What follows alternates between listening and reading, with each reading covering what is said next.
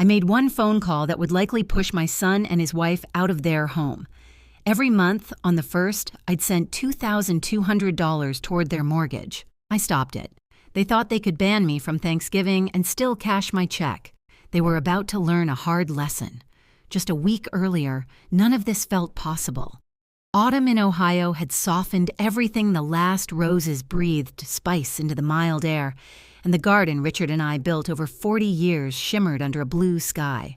I was pruning when Marcus called. "Notification just came through," he said, cheerful as always. We confirmed Thanksgiving my pecan pie at 2 and hung up. I clipped a perfect crimson bloom, our own variety, eternal memory, and felt lucky. I had no idea the ground beneath me was about to give way. At the town fair, my rose won the blue ribbon again. I stood near the horticulture pavilion pretending modesty while my heart soared. Then David Henderson appeared, the man who wore ambition like a too-tight suit. He admired the bloom with that smile that never reached his eyes and said, "All that beauty, such a waste for a garden seen by just one person." It landed like a thorn. I smiled and said the garden was meant for family, not a crowd. He drifted off, but a seed of unease remained. Days later, watering an orchid by my picture window, I saw Jenna in her backyard, Marcus's backyard, standing close beside David. They spoke in low, purposeful tones. She pointed across the fence into my property directly at my rose garden. When she noticed me, her face snapped from bright to startled. A minute later, she texted, chirpy and careless, "Ran into Mr. Henderson for gardening tips.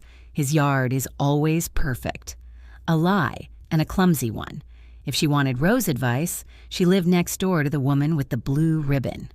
The unease sprouted thorns. On Thursday, Jenna called with syrup in her voice. They were shaking things up this year, doing a modern, casual Friendsgiving with craft beer and charcuterie. "We were thinking it would be best if you didn't come," she said, bright as a blade. She'd packed me a plate of leftovers. The word rang in my empty house like a slap. After we hung up, grief burned into rage, then cooled into ice. By morning, I dressed in an old boardroom suit, low heels, silk blouse armor. At the bank, I asked to freeze the joint account I shared with Marcus. "Suspicious activity," I told the young banker. "A canceled payment is a statement. A frozen account is a problem." He confirmed the hold. I stepped into the autumn sun not as a betrayed mother, but as a strategist protecting an asset. Thanksgiving arrived gray and silent. Late that evening, curiosity broke me. I drove by their house expecting music and cars. The street was empty, the house dark but for one lamp. In the backyard, under the cold wash of a patio light, stood Marcus and Jenna with David and a fourth man in a suit. On the table lay a large blueprint. I watched the suited man gesture. Jenna leaned in, smiling. David stepped to the fence and pointed not at their lawn, but directly into the heart of my garden. In that instant, everything clicked. The lie about gardening tips, the convenient Friendsgiving, the oily remark at the fair. This wasn't a party, it was a business meeting. They were plotting to bulldoze Richard's legacy for an event space, and they wanted me out of the way while they did it.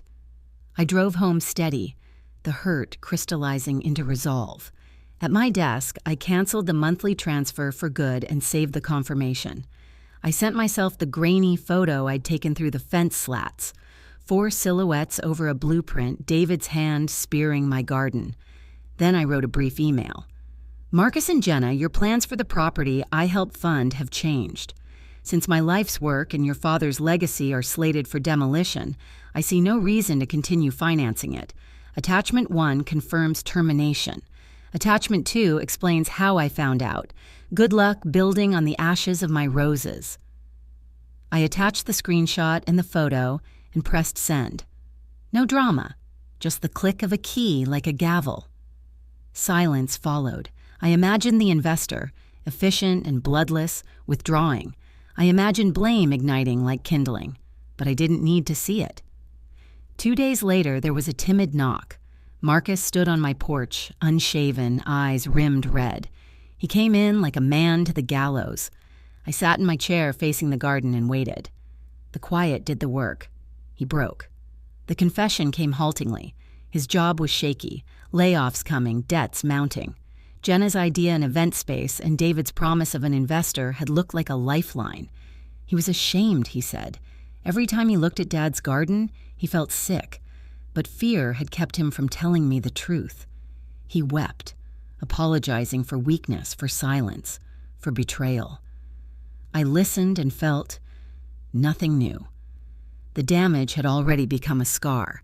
When he finally stopped, I went to the oak file cabinet in the corner and brought back a thick folder.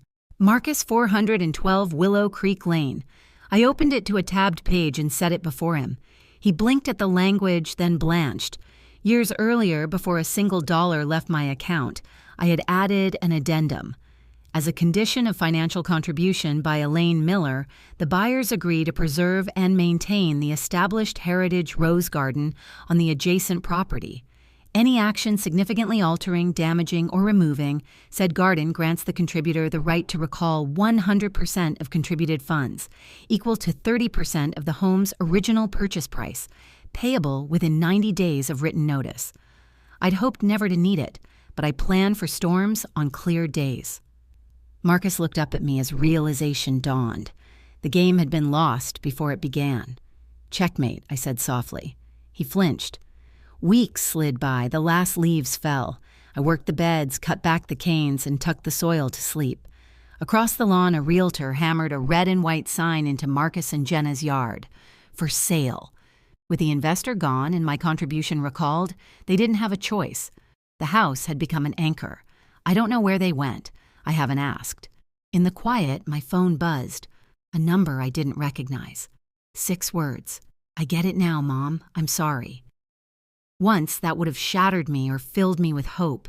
Now it felt like an echo from a hallway I no longer walked. I slipped the phone away without replying. Near the back fence, I paused by a young eternal memory bush and found, improbably late in the season, a small, tight bud, defiant, determined to open against the coming cold. I touched it gently and felt something loosen inside me. My family, as I knew it, was gone. That loss would ride with me, but our garden was safe. Richard's legacy and mine would endure. In defending it, I had rediscovered a part of myself I'd set aside, not just widow, mother, or gardener, but builder and protector.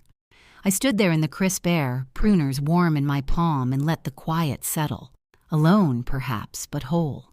And when spring comes, the roses will remember.